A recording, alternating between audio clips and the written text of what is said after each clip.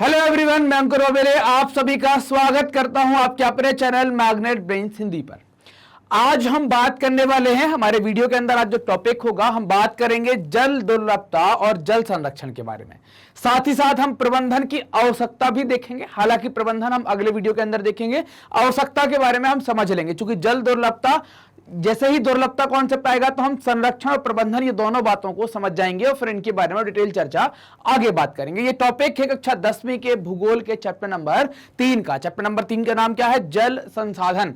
जल संसाधन में हम वाटर रिसोर्सेज के बारे में बात कर रहे हैं। पानी कहां कहां से प्राप्त होता है, उसको कैसे बचाया जाए, उसका कैसे प्रबंधन किया जाए, क्योंकि पानी अमूल्य है, इसकी कीमत बहुत है। क्योंकि हमारे पास बहुतायत में है तो हम इसलिए समझते नहीं है, तो हमें इसकी कीमत समझना है और भविष्य की आने वाली पीढ़ियों को ध्यान में रखकर जल को बचाना है, जल का सदुपयोग करना है। वीडियो में आगे बढ़ने से पहले आपको एक जानकारी दे दूं कि मैग्नेट ब्रेन्स जाना जाता है अपनी मुफ्त शिक्षा के लिए। मतलब कि आपको यहां पर किसी प्रकार का कोई पेमेंट नहीं करना है। आपको सभी वीडियोस यहां मिलेंगे बिल्कुल निःशुल्क, वो भी क्वालिटी कंटेंट और क्वालिटी टीचर्स के साथ।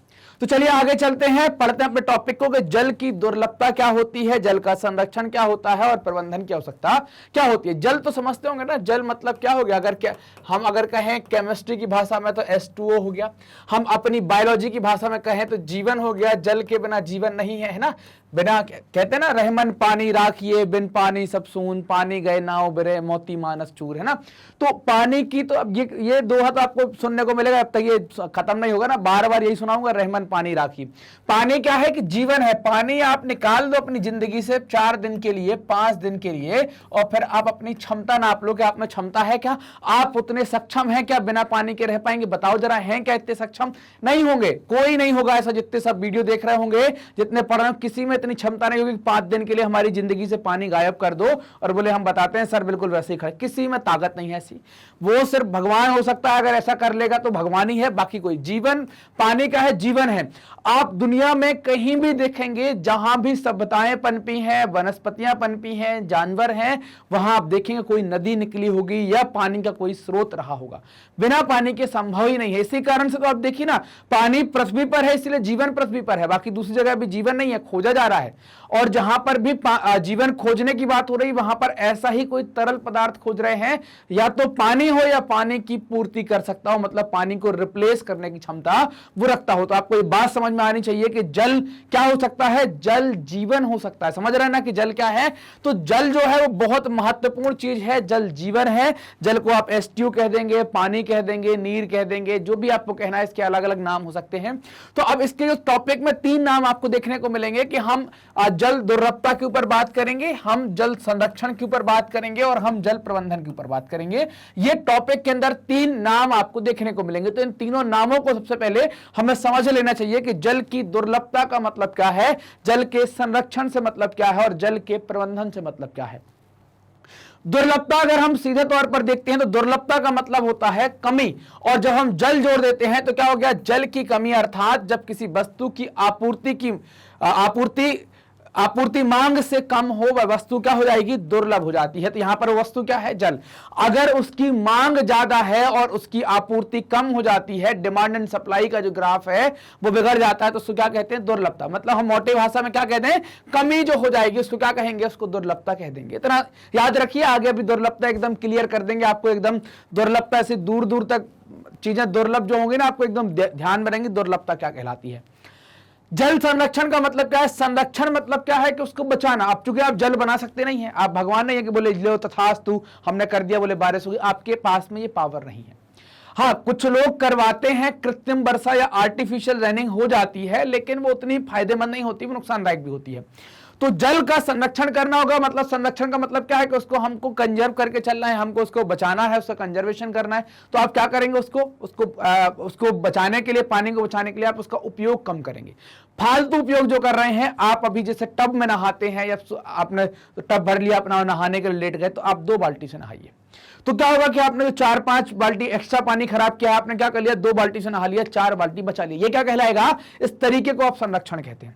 कई बार क्या होगा कि आपने देखा होगा कि लोग क्या करते हैं कि भाई उनने बॉटल ली पानी पीने के लिए या ग्लास लिया पानी पीने के लिए, पहले आधा गिराते हैं फिर पीते हैं। तो वो आधा गिराया मतलब वो क्या कर दिया, बर्बाद। अगर आधा ही पीना है तो आधा ग्लास लो। ये अगर जल के उपयोग को आपने घटाया, क्योंकि आपने पीने के लिए ग्लास लिया था लेकिन आधा गिरा दिया। कई लोग आपने देखे होंगे, जैसे किसी को पानी पिलाने जाओ या ग्लास है तो पहले जमीन में गिराएगा थोड़ी सा, फिर वो पीना स्टार्ट करेगा। तो अब इसका क्या करना है कि भाई जब हमने देख लिया कि व्यक्ति हर बार आधा ही गिराता है तो उसको आधा भर के दो कि भाई तुम आधा ही पियो, है ना। तो आधा ग्लास जब उसको पीना ही है तो उससे क्या किया, आधा गिराया। तो ये गिराने वाली चीज को आप कम कर देंगे तो ये उपयोग क्या कर दिया आपने, घटा दिया। क्योंकि उसको गिराने का जो गिरा रहा था, जो बर्बाद कर रहा था, हालांकि हमारी नजर में बर्बाद है, उसका वो स्टाइल है। तो आप क्या करें, जल संरक्षण का अर्थ क्या है कि जल के प्रयोग को घटाना, उसके प्रयोग को आप कम करें, रिसाइकिल करना स्टार्ट करें। जैसे आपने अलग अलग फैक्ट्रियों में शीतलक के रूप में, कूलेंट के रूप में पानी को देखा होगा। तो क्या करते हैं, उस गर्म पानी को नदी में छोड़ देते, भाई उस पानी को कहीं डैम उसमें छोड़ो, अपनी हौद बना लो, एक टंकी बना लो, उसमें उसको ठंडा करो, दोबारा से यूज कर लो। तो क्या होगा, आप नया पानी नहीं लेंगे, इससे क्या होगा, इसका संरक्षण होगा। समझ में आई बात। अब बात करेंगे प्रबंधन का मतलब होता है मैनेजमेंट के बारे में हम बात कर रहे हैं। मतलब पानी की जो नीतियां हैं, पॉलिसीज ऑफ वाटर हैं, और उसके जो नियम है ना, तो पानी की नीतियों और नियमों के तहत योजना बनाना है ना, इनका प्लान तैयार करना, इन नीतियों के तहत इनका विकास करवाना, वितरण और जल संसाधन का सर्वोत्तम उपयोग करने को जल का प्रबंधन कहते हैं। मतलब आप जो चीजें हैं हमारे पास, मतलब जल की जो पॉलिसीज हैं, जल के जो रूल्स हैं, मतलब पानी को लेकर जो नियम बनाए हैं, उनके तहत, उन नियमों के तहत, उन नीतियों के तहत आप योजना बनाएं, फिर आप विकास करें, वितरण करें और जल संसाधनों का सर्वोत्तम उपयोग करने के आप करें। आप तो सर्वोत्तम उपयोग करने की जो व्यवस्था आप अपनाएंगे उसको क्या कहेंगे, उसको आप मैनेजमेंट कहेंगे। जिसे आपने रख लिया ना कि भाई जो जितना पानी लेता है उतना ही हम पिएंगे, तो ये आपकी सर्वोत्तम व्यवस्था हो गई। ये क्या है, आपने वाटर मैनेजमेंट कर दिया। साथ ही जैसे मैनेजमेंट करेंगे तो क्या हो जाएगा, संरक्षण भी हो जाएगा। क्लियर है तीनों बातें कि जल की दुर्लभता क्या होगी, जल का संरक्षण क्या होगा और प्रबंधन क्या होगा। समझ में आई बात। चलिए आगे चलते हैं, आगे बढ़ते हैं। अब बात होगी जल की दुर्लभता के साथ, है ना। तो जल के विशाल भंडार, इसके नवीकरण योग्य गुणों के होते हुए यह सोचना भी मुश्किल है कि जल की कमी हो जाएगी, है ना। क्या सोचना मुश्किल है कि आपको, हम ये नहीं सोच पाए कि हम जल की कमी की बात करते हैं। हमें क्यों, क्योंकि पानी हर बार बरस जाता है बरसात में। अभी तो इतनी बारिश हो रही है कि लगता है कि यार ये बंद रहे 4-5 दिन, तो पानी बरस जाता है। रिसाइकलिंग इसकी अच्छी कर देता है, नेचर के द्वारा, है ना, प्रकृति के द्वारा रिसाइकलिंग की जाती है। तो इसका नवीकरण गुण है। यहां से गर्मी पड़ेगी, भाप बनकर उड़ेगा, ऊपर जाकर ठंडा हो जाएगा, ठंडा होकर फिर बरस जाएगा। यह प्रक्रिया आपकी ऐसी चलती रहती है। जब हम रनिंग के बारे में बात करेंगे कैसे होती है, चक्र के बारे में, जल चक्र के बारे में बात करेंगे तब देखेंगे उसको। तो अभी क्या हो गया कि आप देखेंगे पानी क्या है, ये नवीकरण योग्य है। इस कारण से पानी की कमी नहीं पड़ती। तो हम इस बात को सोचने के लिए कभी मजबूर नहीं होते कि पृथ्वी से पानी खत्म हो जाएगा। हालांकि अगर जिन इलाकों में आप देखेंगे जहां पर कम है, आप ऐसे इलाकों को देखें जैसे कम वर्षा वाले क्षेत्र हैं, सूखाग्रस्त इलाके हैं, तो आप जैसे ही इन इलाकों को ध्यान रखेंगे तो आपके दिमाग में राजस्थान के मरुस्थल और जल से भरे मटके आपको याद आएंगे। राजस्थान के मरुस्थल मतलब यहां पर पानी दूर दूर तक नहीं मिलता है। ये महिलाएं आप देखो कई किलोमीटर चलकर अपना मटका लेकर आ रही हैं। इनका आधा दिन पानी भरने में, पीने के पानी की व्यवस्था करने में निकल जाता है। तो जहां पर वर्षा कम होती है, इसका मतलब क्या है, वहां पानी कम है, तो वहां पर क्या हो गई, पानी दुर्लभ वस्तु हो गई। पानी की उपलब्धता वहां पर कम है, पानी वहां कम पाया जाता है, वहां के लोग इसको बर्बाद नहीं करते होंगे, तो वहां के लोग ही इसका सबसे अच्छा संरक्षण और सबसे अच्छा मैनेजमेंट भी करते होंगे। वर्षा में वार्षिक और मौसमी परिवर्तन के कारण जल संसाधनों की उपलब्धता में समय और स्थान के अनुसार भिन्नता है। मतलब आप देखें कि जो वार्षिक मौसम है इस पर परिवर्तन होते हैं, तो हर जगह पर वर्षा अलग होती है। मानसून राम चेरापूंजी ज्यादा, राजस्थान में आप देखेंगे कम, केरल में देखेंगे ज्यादा, और वहीं तमिलनाडु में बगल में देखेंगे तो उसकी तुलना में कम। तो आप वहीं उससे लगे एक राज्य ऊपर और ऊपर आएंगे तो हम देखेंगे कि महाराष्ट्र के अंदर कम। तो आपको क्या है कि भाई वर्षा में वार्षिक और मौसमी परिवर्तन के कारण आपको काफी भिन्नताएं देखने को मिलेंगी, काफी अलग अलग चीजें देखने को मिलेंगी। कहीं वर्षा ज्यादा, कहीं वर्षा कम, कहीं मध्यम, कहीं बिल्कुल कम। अधिकतया जो बात की जाए कि अधिकांशतः या मोस्टली जल की कमी, इसके अति शोषण मतलब कमी के पीछे क्या है, आपके यहां भी ऐसे कई टाइम आए होंगे, ऐसा कभी दौर आया होगा जब आप डब्बा लेकर निकले होंगे। याद करिए गौर से कि डब्बा लेकर निकले हैं आपके, नहीं बाल्टी में टांग कर, या आपने देखा होगा कि आपके घर के लोग लेकर भी पानी लेने के लिए बाल्टी और डब्बा लेकर कहीं दूसरी जगह से ला रहे हैं। अधिकांश लोगों की जिंदगी में ये दौर आया होगा और लोग देखते हैं पानी की कमी। अगर जिनका पैसा है तो क्या करते हैं, वो टैंकर को बुलवा लेते हैं। लेकिन वो क्या है, क्यों टैंकर बुलवा रहे हैं? क्योंकि आपके पास पानी की कमी होती है। तो क्यों होता है पानी की कमी?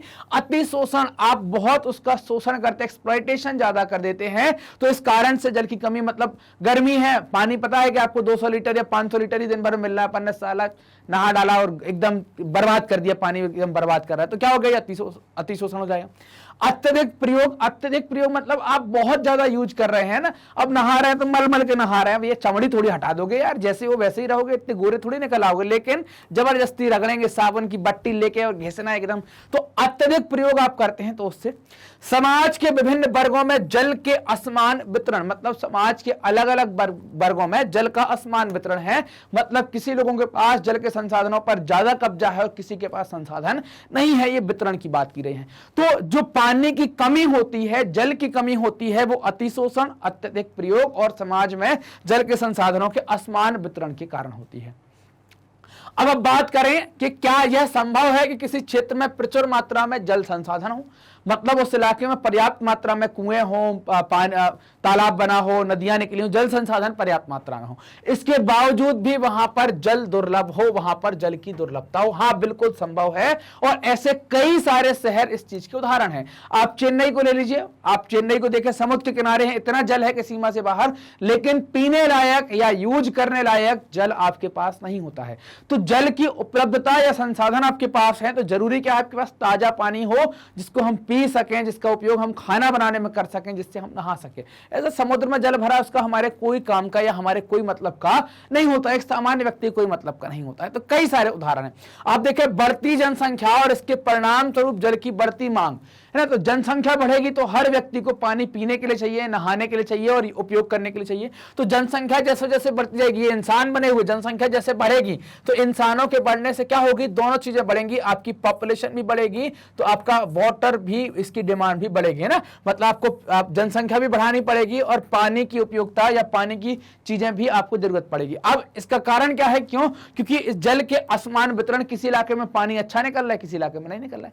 कहीं किसी इलाके में ग्राउंड वाटर बहुत अच्छा है, किसी इलाके में नहीं है। कहीं पर नदी के कारण वहां पर पानी आ जाता है, कहीं पर नहीं आता। तो ये असमान वितरण। अनाज का उत्पादन बढ़ाना, चूंकि जब आपकी जनसंख्या बढ़ रही है तो इस जनसंख्या का पेट भी तो लगा है ना, ये पेट ये भरना पड़ेगा कि नहीं भरना पड़ेगा? तो ये पेट आप बताओ भरेंगे कि नहीं? भाई भोजन की उपलब्धता तो करनी पड़ेगी। भोजन कहां से आएगा? तो भोजन आएगा आपका कहां से? खेती से। और खेती से क्या पैदा होगा? अनाज। और अनाज पैदा करने के लिए क्या लगेगा? सिंचाई। और सिंचाई किससे होगी? जल से।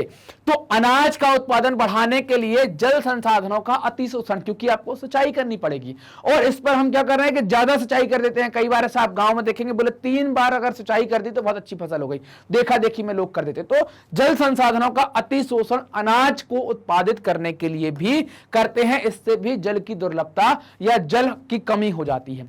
क्यों करते हैं? अनाज का उत्पादन क्यों बढ़ाते हैं? क्योंकि जनसंख्या बढ़ रही है। अब आप देखेंगे जो शुष्क कृषि क्षेत्र होते हैं, शुष्क कृषि क्षेत्र का मतलब क्या है? ऐसे इलाके जहां पर पानी कम होता है, पानी की उपलब्धता कम होती है, उन क्षेत्रों को हम शुष्क क्षेत्र कहते हैं। तो ऐसे शुष्क क्षेत्रों में आप तकनीकी और सूखा प्रतिरोधी फसलों का विकास ज्यादा देखेंगे। वो लोग तकनीकी का उपयोग करेंगे, जैसे आप राजस्थान में जाएंगे, वहां पर पानी कम है तो वो लोग स्प्रिंकलर, ड्रिप सिस्टम, इसका उपयोग ज्यादा करेंगे।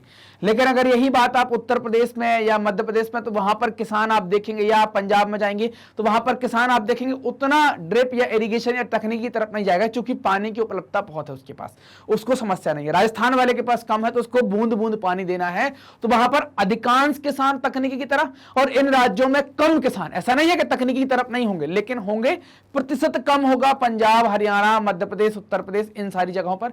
राजस्थान वाले इलाके में आप देखेंगे वहां पर प्रतिशत ज्यादा होगा तकनीकी का उपयोग करने वालों का। साथ ही साथ सूखा प्रतिरोधी फसलें भी आपको ऐसे इलाकों में ज्यादा मिलेंगी, या वहां पर उनका विकास ज्यादा होगा जहां पर सूखा होता है। ऐसे इलाकों में नहीं होगा जहां सूखे की कोई कमी नहीं होती है।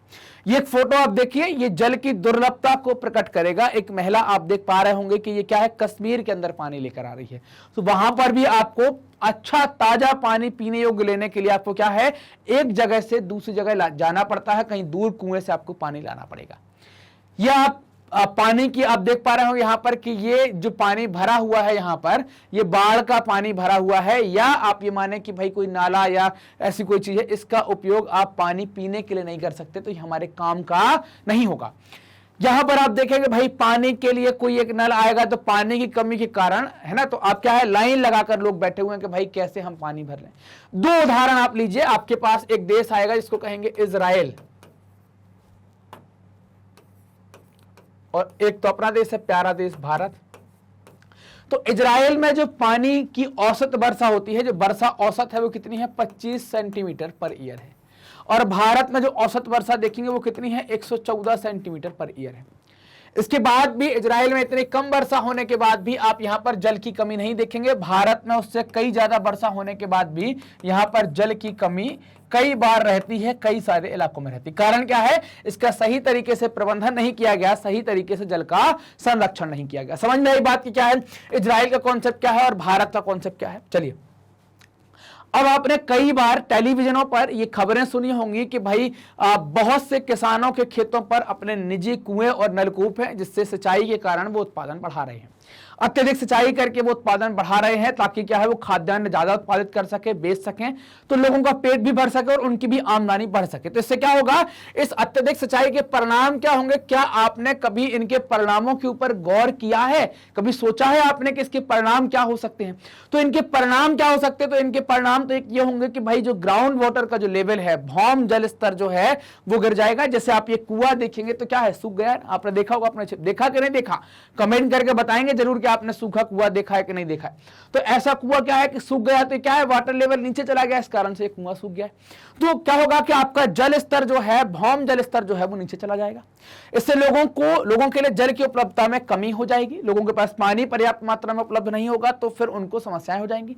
बड़ी समस्या क्या होगी कि जब उपलब्धता पानी की नहीं होगी तो सिंचाई नहीं हो पाएगी। सिंचाई नहीं हो पाएगी तो आपको भोजन सुरक्षा, जिसको फूड सेफ्टी या खाद्य सुरक्षा कहते हैं, तो भोजन सुरक्षा का भी खतरा आपको पैदा हो जाएगा। अब ये भोजन सुरक्षा क्या है, तो इसको समझिए। भोजन सुरक्षा का मतलब क्या है कि इतना खाद्यान्न उत्पादित हो जाए देश में कि सभी लोगों का पेट पाला जा सके, है ना। तो ये फूड सेफ्टी कहलाती है। तो अगर पानी की उपलब्धता नहीं हो पाई सही से तो भोजन की सुरक्षा में भी यहां पर आपको समस्या आ जाएगी। अब देखोगे भाई, आजादी के बाद की जो हम बात करें तो स्वतंत्रता के बाद भारत को भी विकास करना था, तो औद्योगिकीकरण और शहरीकरण के माध्यम से हुआ। तो हम अपना विकास कर रहे थे औद्योगिकीकरण के तरीके से, शहरीकरण के तरीके से। कई सारी जगह आपके देखेंगे भारत के ज्यादातर बड़े नगरों में, बड़े महानगरों में एमएनसीज आने लगी थी। आपको बहुराष्ट्रीय कंपनियां यहां पर स्थापित होने लगी थी।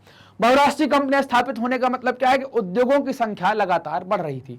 उद्योगों की संख्या लगातार बढ़ेगी तो उद्योगों की संख्या बढ़ने से क्या हुआ, अलवणीय जल संसाधनों पर दबाव पड़ा, क्योंकि उद्योगों को भी जल चाहिए, वहां पर भी पानी चाहिए। तो अलवणीय जल मतलब क्या हो गया, फ्रेश वाटर हो जाता है, ताजा पानी जिसका हम पीने में उपयोग करते हैं, अपने खाना बनाने में उपयोग करते हैं। तो ऐसे अलवणीय जल के ऊपर क्या हो जाएगा, दबाव बहुत बढ़ जाएगा। मतलब अब केवल पीने के पानी को उपलब्ध करवाता था, अब उसको उद्योगों के अंदर भी जाना है।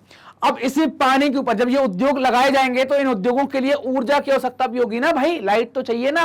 और जो लाइट उनको मिलती है वो अधिकांशतः लाइट कैसे बनती है, वो जल से बनती है। मतलब कि वो क्या होती है, उसको जल विद्युत कहते हैं। कैसे बनती है, जल विद्युत में ऊपर से पानी गिराएंगे और यहां पर टरबाइन घुमा लेंगे, डैम के माध्यम से लाइट बन जाएगी, तो वो जल विद्युत होती है। मतलब जल की आप महत्वता समझिए कि प्यास भी बुझा रहा है, उद्योगों के अंदर भी काम में आ रहा है, कूलेंट के तरीके से भी काम में आ रहा है, साथ ही साथ ऊर्जा को भी उत्पन्न कर रहा है।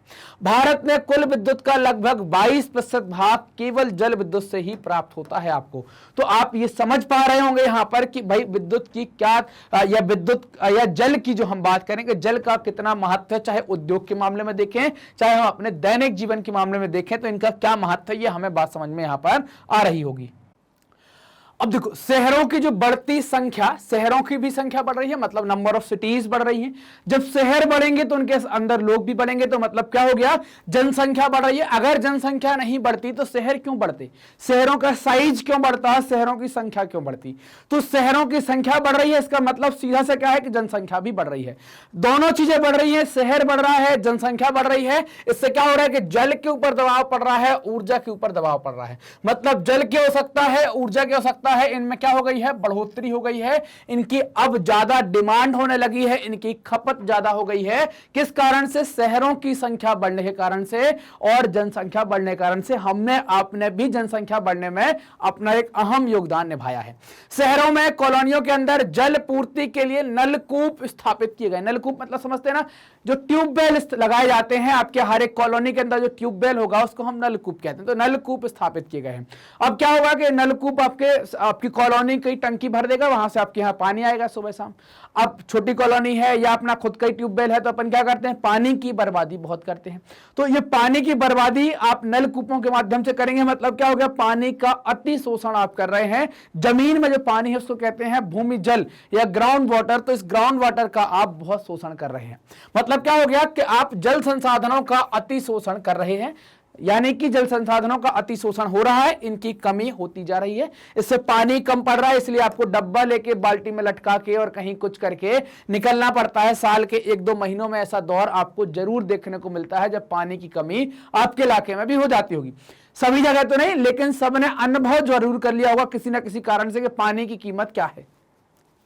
दुर्लभता के मात्रात्मक मतलब हम क्वांटिटेटिव पहलू के बारे में भी बात करेंगे। भाई क्वांटिटेटिव पहलू क्या कहलाता है, क्या होगा, तो आप देखें कि भाई यहां पर मात्रात्मक का मतलब यह है कि उपलब्धता तो बहुत है। जल को कहते हैं कि पृथ्वी पर 70% 75% पानी आपको मिलेगा, 3/4 भाग पर आप पानी को देख पाएंगे। लेकिन बात यह है, क्या वो पूरा पानी हमारे उपयोग का है? क्या आपने कभी ऐसा पानी पिया है? आपने कभी समुद्र से बाल्टी भर के घर में ले आए हैं कि बोले 2 घूंट मारते हैं आज, तो ऐसा किया क्या आपने? नहीं। तो हमको ये बात करनी है कि भाई जो मात्रा के आधार पर हम बात कर रहे हैं या हम ये सारी बातें यहां पर देख रहे हैं, तो जो पानी की उपलब्धता है उसमें से अच्छा पानी क्या है, किसका हम उपयोग करते हैं, कौन सा हम पीते हैं।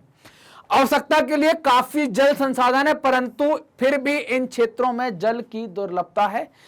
यह दुर्लभता जल की खराब गुणवत्ता के कारण होती है ना। आपके पास पानी पर्याप्त मात्रा में है, लेकिन गुणवत्ता मतलब की क्वालिटी खराब है। हर जगह का पानी आप पी नहीं सकते। क्या इतना गंदा पानी आप पी सकते हैं जितना गंदा ये व्यक्ति पिए जा रहा है? आप पी सकते हैं कि आप में है क्या हिम्मत? इतनी नहीं है। तो जब आप ऐसा गंदा पानी पी नहीं सकते, तो ये गंदा पानी हमारे किस काम पर, किसी काम करें? आप तो इससे ब्रश भी नहीं करेंगे कि भाई कुल्ला कर लें, ब्रश कर लें, ऐसे पानी से ब्रश भी। तो हमको चाहिए क्या? फ्रेश वाटर चाहिए, ताजा पानी चाहिए। तो पानी की गुणवत्ता के कारण ही क्या हो रहा है, आपकी जल की दुर्लभता मतलब की पानी की कमी हो रही है। घरेलू और औद्योगिक अपशिष्टों, रसायनों, कीटनाशकों, कृषि में प्रयुक्त उर्वरकों द्वारा जल प्रदूषित हो रहा है और मानव उपयोग के लिए खतरनाक है। मतलब जल की गुणवत्ता क्यों खराब हो रही है? उसमें रसायनों का, घरेलू औद्योगिक अपशिष्टों का, मानवों का, है ना, कृषि का और जो दूसरे उर्वरक है, इनका बड़ा योगदान है और जो मानव जीवन के लिए खतरनाक है। अब सरकार के द्वारा, भारत सरकार के द्वारा एक स्कीम चलाई गई है, कौन सी? JJM, मतलब क्या हो गया? जल जीवन मिशन। JJM नाम की स्कीम चलाई गई है। ये खास तौर से ग्रामीण भारत के लिए चलाई गई है, मतलब कि ग्रामीण क्षेत्र के लिए चलाई गई है। ग्रामीण क्षेत्र में रहने वाले लोगों के जीवन की गुणवत्ता में सुधार लाने और विशेष रूप से जीवन यापन को आसान बनाने को सर्वोच्च प्राथमिकता इसमें दी गई है जल जीवन मिशन के अंतर्गत। इस मिशन का लक्ष्य प्रत्येक ग्रामीण परिवार को लंबी अवधि के आधार पर नियमित रूप से प्रति व्यक्ति 55 लीटर की सेवा स्तर पर पीने योग्य पाइप के पानी की आपूर्ति सुनिश्चित करने में सक्षम बनाना है। तो ये यहां पर बोला गया है कि भाई इतना तो क्या है, हम इस जल जीवन मिशन के माध्यम से हर व्यक्ति को कितना पानी दे रहे हैं? 55 लीटर के आसपास। इसमें से 3 से 5 लीटर व्यक्ति पानी पीने में उपयोग करेगा, बाकी 50 लीटर का वो उसको ब्रश करना है, नहाना है, खाना बनाना है, तो ऐसे इसमें उपयोग होगा। तो 55 लीटर पानी उपलब्ध कराया जाएगा पाइपलाइन के माध्यम से। समय की मांग है कि हम अपने जल संसाधनों का संरक्षण करें और प्रबंधन करें। अगर आप जल का उपयोग नहीं घटाते हैं, आज भी बर्बाद कर रहे हैं, तो आपको खतरा पैदा होगा। और जो जल के स्रोत हैं उसका सही तरीके से आप प्रबंधन नहीं करेंगे, तब भी आपको यहां पर खतरा होगा। क्या होगा यहां से? तो स्वयं को स्वास्थ्य संबंधी खतरों से बचाएं, ताकि आप जल संसाधन का उपयोग घटाएंगे या उसका प्रबंधन सही से करेंगे तो आपको खराब जल नहीं मिलेगा। खराब जल नहीं मिलेगा तो आप व्यवस्थित तरीके से पानी का उपयोग कर पाएंगे, बीमार नहीं पड़ेंगे। पानी बचा रहेगा तो खेती के अंदर जाएगा, कृषि में जाएगा, तो आपकी खाद्यान्न सुरक्षा बनी रहेगी, उत्पादन तेजी से होता रहेगा। आजीविका और उत्पादक क्रियाओं की निरंतरता को सुनिश्चित करें, है ना। तो ये जरूरी है, ये आवश्यकताएं हमारी। हमारे प्राकृतिक परितंत्रों को निम्नीकृत होने से बचाएं। जो हमारे जो डिग्रेडेशन हो रहा है प्राकृतिक इकोसिस्टम का, नेचुरल इकोसिस्टम का जो डिग्रेडेशन हो रहा है, उसका डिग्रेडेशन होने से भी इस चीज को बचाएं, ताकि क्या हो सके भाई, उत्पादक क्रियाओं की निरंतरता भी बनी रहे, साथ ही साथ जो परितंत्र हैं उनको निम्नीकृत होने से भी बचाया जा सके। जल संसाधनों के अतिशोषण और कुप्रबंधन से इन संसाधनों का ह्रास हो सकता है। अगर आप अतिशोषण करेंगे और उसका सही से मैनेज नहीं करेंगे चीजों को, तो फिर ये स्थिति आ सकती है कि जल संसाधनों का ह्रास होगा। पारिस्थितिकी संकट की समस्या भी पैदा हो सकती है। हमारे जीवन पर गंभीर प्रभाव इन समस्याओं से आपको देखने को मिलेंगे, चाहे आप संसाधनों की ह्रास की बात करें और पारिस्थितिकी संकट की बात करें। अगर इकोलॉजिकली या इकोसिस्टम पर कोई समस्या आ गई तो आप समझिए, क्योंकि हम भी इकोसिस्टम का पार्ट हैं, हम भी बिना समस्या के बच नहीं पाएंगे। कि आप सोचें कि हमारे ऊपर नहीं, पेड़ पौधे जाने, आप बच नहीं पाएंगे, आपके ऊपर भी नो डाउट खतरा आ जाएगा, आपको भी समस्याएं हो जाएंगी। अब भारत की नदियों को आप गौर कर लीजिए, थोड़ा सा आपको दिख रहा होगा कितना कचरा है, कितनी गंदगी है। तो भारत की नदियां, विशेषकर छोटी सरिताएं, छोटी नदियां होती हैं, मौसमी नदियां होती हैं, जहरीली धाराओं में परिवर्तित हो गई हैं। क्यों हो गई जहरीली धाराओं में परिवर्तित? क्योंकि इनमें कई सारा कचरा डालते हैं, अलग अलग जगह, शहरों का अपशिष्ट जाएगा, उद्योगों का अपशिष्ट जाएगा, कुछ कचरा आया तो अपन भी पॉलिथीन में भर के पूरे नदी में डाल दो। तो ये सिस्टम चलता है। इस कारण से छोटी नदियां हैं वो जहरीली हो गई हैं, जहरीली धाराएं बन गई हैं। बड़ी नदियों में अगर गंगा यमुना की बात करें तो ये भी बहुत शुद्ध नहीं है, इनमें भी बहुत ज्यादा प्रदूषण है, इनका पानी भी बहुत प्रदूषित है। कारण क्या है प्रदूषण का? तो बढ़ती जनसंख्या। तो जनसंख्या के कारण उनके जो घरेलू अपशिष्ट है, जो उनका शहरी अपशिष्ट है, उन सबको किसमें डाला जा रहा है? नदियों में डाला जा रहा है। कृषि आधुनिकीकरण, जब कृषि के अंदर हम बहुत सारे केमिकल का उपयोग करते हैं, जब बरसात आती है तो सारा केमिकल पानी के साथ नदियों में मिल जाता है। नगरीकरण से शहरों का जो अपशिष्ट होता है वो भी नदियों के अंदर डाला जा रहा है। औद्योगिकरण का भारत की नदियों पर अत्यधिक दुष्प्रभाव है। आप देखेंगे कि उद्योग नदियों के किनारे लगे हुए हैं, वहां का जो भी गंदा पानी आया, जो भी कचरा आया, वो सीधा नदियों में डाल दिया गया। तो अत्यधिक दुष्प्रभाव किसका देखने को मिलेगा? औद्योगिकरण का देखने को मिलेगा। और हर दिन यह गहराता जा रहा है। इससे संपूर्ण जीवन क्या है आपका? खतरे में। चूंकि संपूर्ण जीवन खतरे में, क्योंकि जल ही क्या है? जीवन है। अगर जल को खतरा होगा तो हमको आपको यहां पर खतरा निश्चित तौर पर होगा। तो हमने दुर्लभता, जल की दुर्लभता के बारे में बात करी, जल के संरक्षण के बारे में बात करी और प्रबंधन के बारे में बात करी। आगे के वीडियोस में हम इनके संग्रहण के बारे में भी बात करेंगे, हम बहुउद्देशीय योजनाओं के बारे में बात करेंगे कि किस तरीके से पानी का सदुपयोग किया जाए। मैग्नेट ब्रेन्स ने आपकी सुविधा के लिए अपनी एक वेबसाइट बनाई है, magnetbrains.com। वेबसाइट बनाने के पीछे कारण यह है कि ताकि आप वीडियोस को बहुत व्यवस्थित तरीके से देख पाएं। कई बार YouTube पर वीडियो देखने में आपको परेशानी होती है, तो आपकी परेशानी का इलाज हम लेकर आए हैं अपनी वेबसाइट के माध्यम से और अपने एप्लीकेशन के माध्यम से। एप्लीकेशन को आप प्ले स्टोर पर जाकर डाउनलोड कर सकते हैं। वेबसाइट का उपयोग करने के लिए सर्च बार में टाइप करेंगे magnetbrains.com। जैसे ही आप magnetbrains.com सर्च करते हैं तो आप यहां पर कोर्सेस के ऑप्शन में जाएंगे और कई सारे कोर्स होंगे। यहां पर कोई एक कोर्स को आप यहां से चुन सकते हैं। मान लीजिए कि आपने यहां पर हिंदी मीडियम को चुन लिया, हिंदी मीडियम आपने सेलेक्ट किया, फिर आपके सामने कई सारे यहां पर क्लासेस आ जाएंगी। जो भी क्लास आपको सेलेक्ट करनी है, 10वीं 12वीं 11वीं, चूंकि आप 10वीं के हैं तो आपने क्लास 10th को यहां पर चुन लिया। जैसे ही क्लास 10th को आप चुनेंगे तो सारे टीचर्स आपके सामने होंगे, जो सब्जेक्ट पढ़ना है आप आसानी से पढ़ पाए। जैसे मान लीजिए कि हम भूगोल यानी कि ज्योग्राफी देख रहे हैं, पुस्तक का नाम है समकालीन भारत 2। आपने यहां पर वॉच नाउ पर क्लिक किया। वॉच नाउ पर क्लिक करते ही क्या होगा कि आपका पूरा ज्योग्राफी का चैप्टर वाइज सिलेबस आपके सामने होगा। अब जो वीडियो देखना है चैप्टर पर क्लिक करो, क्या होगा? ये ओपन हो जाएगा और जो टॉपिक देखना है तो उस टॉपिक के आगे वॉच नाउ लिखा होगा। वीडियो आप वॉच नाउ करेंगे, वीडियो कुछ इस तरीके से चल जाएगा। पूरा वीडियो देखने के बाद आपको आगे जाना है, अगले वीडियो पर जाना है, तो आप नेक्स्ट वीडियो के बटन का उपयोग करेंगे। यह आपके समय को बचाएगा, आपकी समय की बचत होगी और आप अच्छे तरीके से, व्यवस्थित तरीके से आगे पढ़ पाएंगे, आगे बढ़ पाएंगे। आप जानते हैं कि मैग्नेट ब्रेन्स हिंदी माध्यम के विद्यार्थियों के लिए कक्षा 7वीं से लेकर 12वीं तक का संपूर्ण पाठ्यक्रम बिल्कुल निःशुल्क में उपलब्ध करा रहा है। कैसे प्राप्त करें इन वीडियो को? तो प्राप्त करने के लिए आप मैग्नेट ब्रेन्स हिंदी को सब्सक्राइब करें, जो भी वीडियो आते हैं उनको लाइक करें और अपने दोस्तों में जरूर से शेयर करें ताकि सभी लोग इसका फायदा उठा सकें। कमेंट सेक्शन में जाकर कमेंट जरूर करें ताकि आप हमें भी बता पाएं कि आपको वीडियोस कैसे लग रहे हैं। बहुत बहुत धन्यवाद।